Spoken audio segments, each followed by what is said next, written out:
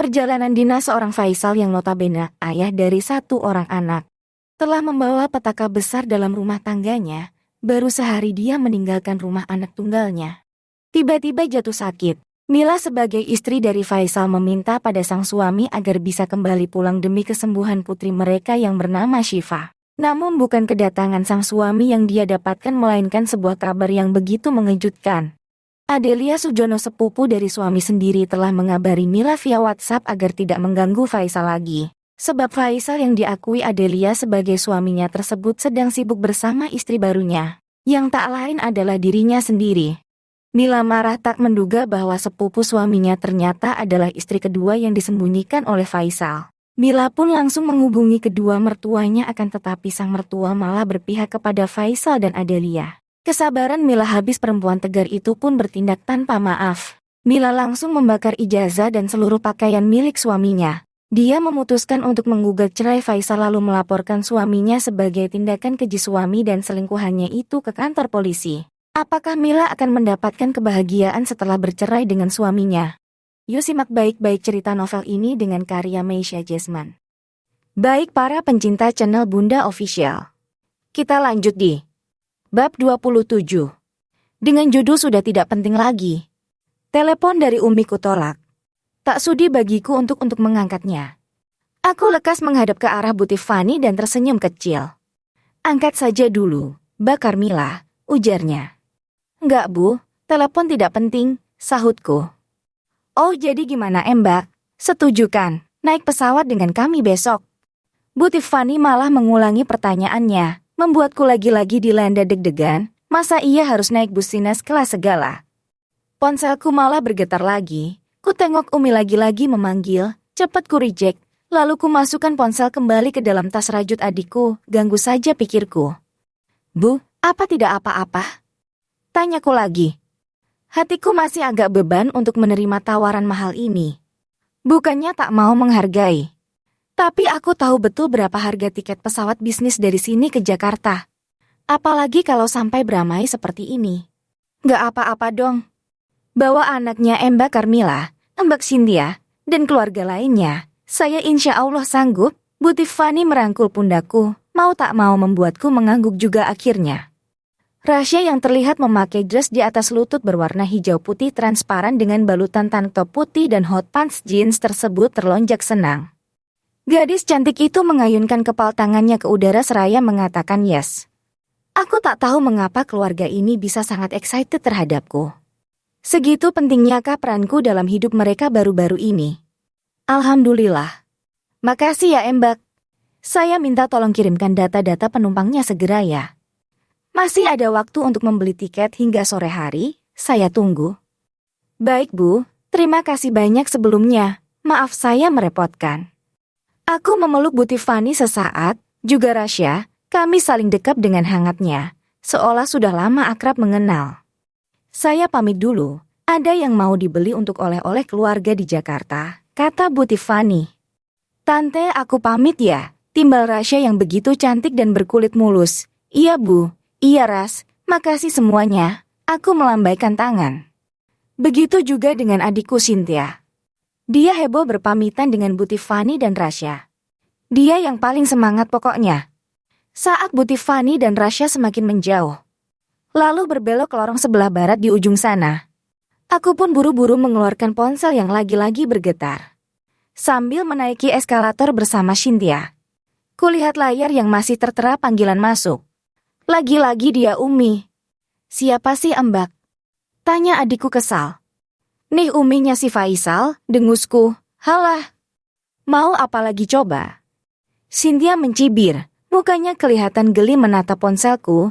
Entahlah apa yang dia mau ucapkan padaku. Angkat jangan. Tanyaku meminta saran, angkat saja kalau dia ngajak ribut, biar aku yang makan. Cynthia garang. Menyeringai penuh kilatan dendam. Wajar saja dia begitu, lah wong, kakak satu-satunya sudah disakiti lahir batin. Aku pun menarik napas dalam dan mengucapkan bismillah sebelum mengangkat telepon sialan itu. Sambil melangkah menapaki lantai 3 setelah diantarkan oleh tangga eskalator. Aku pun menyapa si Umi. Waalaikumsalam Mila. Suara itu penuh isak tangis. Dramatis nian pikirku. Apa yang Umi inginkan dengan tangisan lebay semacam ini? Ada apa? Tanyaku ketus, kulirik Cynthia yang menatapku geram. Bibir adikku bahkan sampai miring saking gedenya. Mila, kamu di mana, nak? Lirih Umi bertanya. Suaranya masih diiringi oleh isak yang menderu. Apa sih?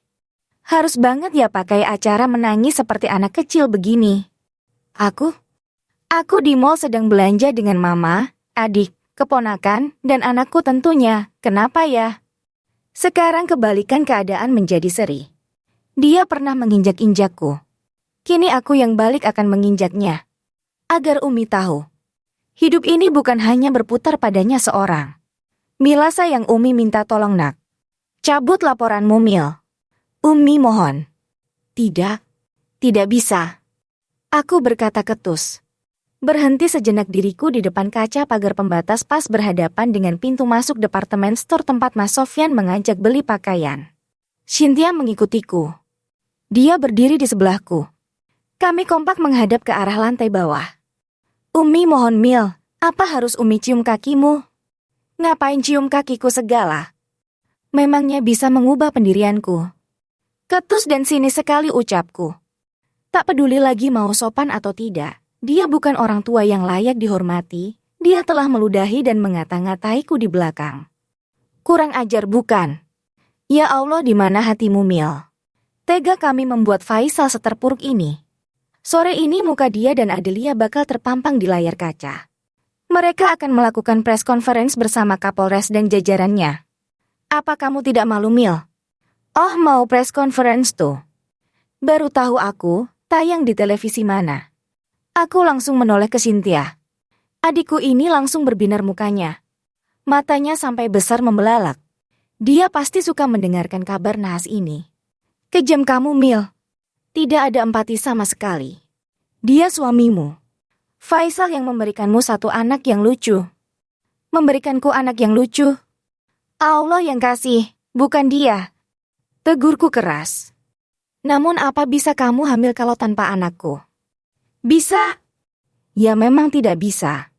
Sayangnya Faisal juga tidak mengakui Syifa sebagai anaknya yang lucu. Syifa sakit, dia malah berselingkuh dengan wanita lain. Sibuk liburan sekeluarga pula rupanya. Kupinta dia agar pulang sebab anaknya demam. Faisal mana mau. Saat dia tiba di sini pun yang dia tanyakan kemana keberadaanku, itu pun karena dia ingin membunuhku. Mana ada dia ingat pada Syifa. Aku membentak. Tak peduli bila di sekeliling kami mulai mencuri pandang ke sini, emangnya aku peduli? Tidak, rasa sakit telah mematikan sungkanku. Kamu seharusnya memahami posisi Faisal saat itu. Dia hanya ditekan oleh Adelia, ditekan. Ditekan pakai tubuhnya yang seksi itu ya? Itu sih aku percaya. Keterlaluan mulutmu, Mila. Umi berteriak histeris di ujung sana. Entah ada di mana dia saat ini. Apa urat malunya telah putus berteriak sebinal itu? Lupa dia pada kesalahannya kemarin, menjijikan. Keterlaluan bagaimana sih? Ngomong yang betul, Mi. Seorang hajah kok bicaranya nggak jelas dan kasar. Aneh. Kuledek saja dia sekalian. Cynthia sampai tertawa terpingkal di sebelahku. Walau kamu akan mendapatkan karma setelah ini, Mila. Dalam Islam nggak kenal hukum karma tuh. Yang ada prinsip tabur tuai. Siapa yang menabur amal? Dia yang menuai pahala.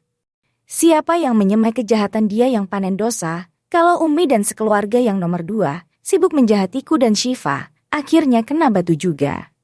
Alhamdulillah, semoga kalian sekeluarga hancur lebur setelah ini, Mi. Puas sekali rasanya mencaci maki Umi. Ya Allah, terima kasih telah kau berikan kesempatan bagiku untuk mencoreng wajah Umi yang sudah berbuat keterlaluan. Ingat, Mila, kejahatanmu pada mertua dan suami pasti akan mendapatkan ganjaran. Lagi-lagi dia ceramah. Namun salah konteks. Nggak nyambung. Jaka sambung bawa golok deh, Mi. Terserah situ mau bicara apa. Yang jelas aku tidak akan pernah mencabut laporan. Ya karena kamu ingin menikah dengan mantan dosenmu itu kan. Aku akan berikan keterangan pada pres bahwa kamu berselingkuh. Aku tersenyum sinis. Oh, mau main-main dia padauk. Dihajar kok tukang fitnah. Apa nggak malu sama gelar mulia itu? Malu, Mi? Jangan asal nuduh kalau nggak ada bukti. Ya tapi kalau pengen ikut masuk penjara so aja sih. Silakan bikin berita hoaxnya. Aku dan Mas Sofyan tidak bakalan diam kok. Kami pasti akan melaporkan. Kamu sombong sekali, Carmilla. Berani mengatai orang tua sampai mengancam segala. Baik, akan kulakukan apa permintaanmu. Jangan salahkan bila berita yang kubuat bakal mempermalukan kalian sampai 7 turunan. Aku mendecak, geleng-geleng kepala terheran-heran kelakuan Umi yang sangat kekanakan.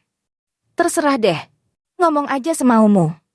Allah Maha Tahu siapa yang benar, siapa yang bohong. Dasar haja bodong. Orang soleh abal-abal. Semoga kamu segera Allah masukkan ke liang kubur, supaya tidak semakin menambah dosa. Sialan kamu, segera kumatikan sambungkan telepon secara sepihak. Aku tersenyum kecut. Cepat kumatikan daya ponsel dan memasukkan gawai tersebut ke dalam tas. Ngomong apa aja sih si lampir? Tanya Cynthia seraya menggamit lenganku.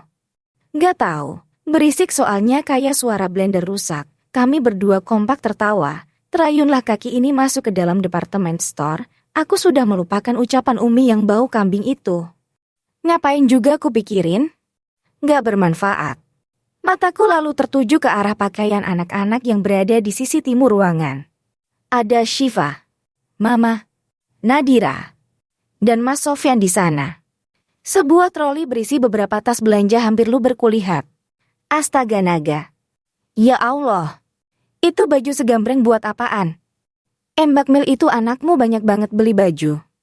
Cynthia menunjuk ke arah mereka, membuatku makin ketar-ketir saja. Aduh, gawat. Buru-buru kami berdua menyusul keempatnya. Mas Sofyan, kenapa anak-anak harus dimanja sebegitunya, sih?